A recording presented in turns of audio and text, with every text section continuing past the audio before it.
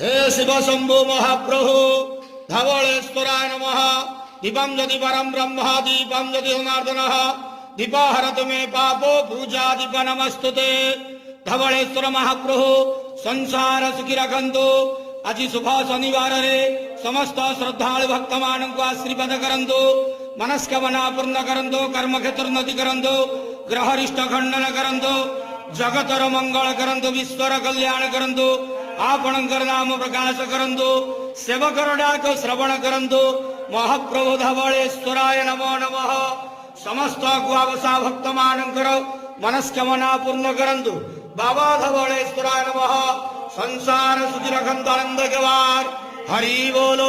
आज शुभ शनिवार रे समस्त श्रद्धालु भक्त मान को आशीर्वाद करंतु आनंद केवार हरि बोलो।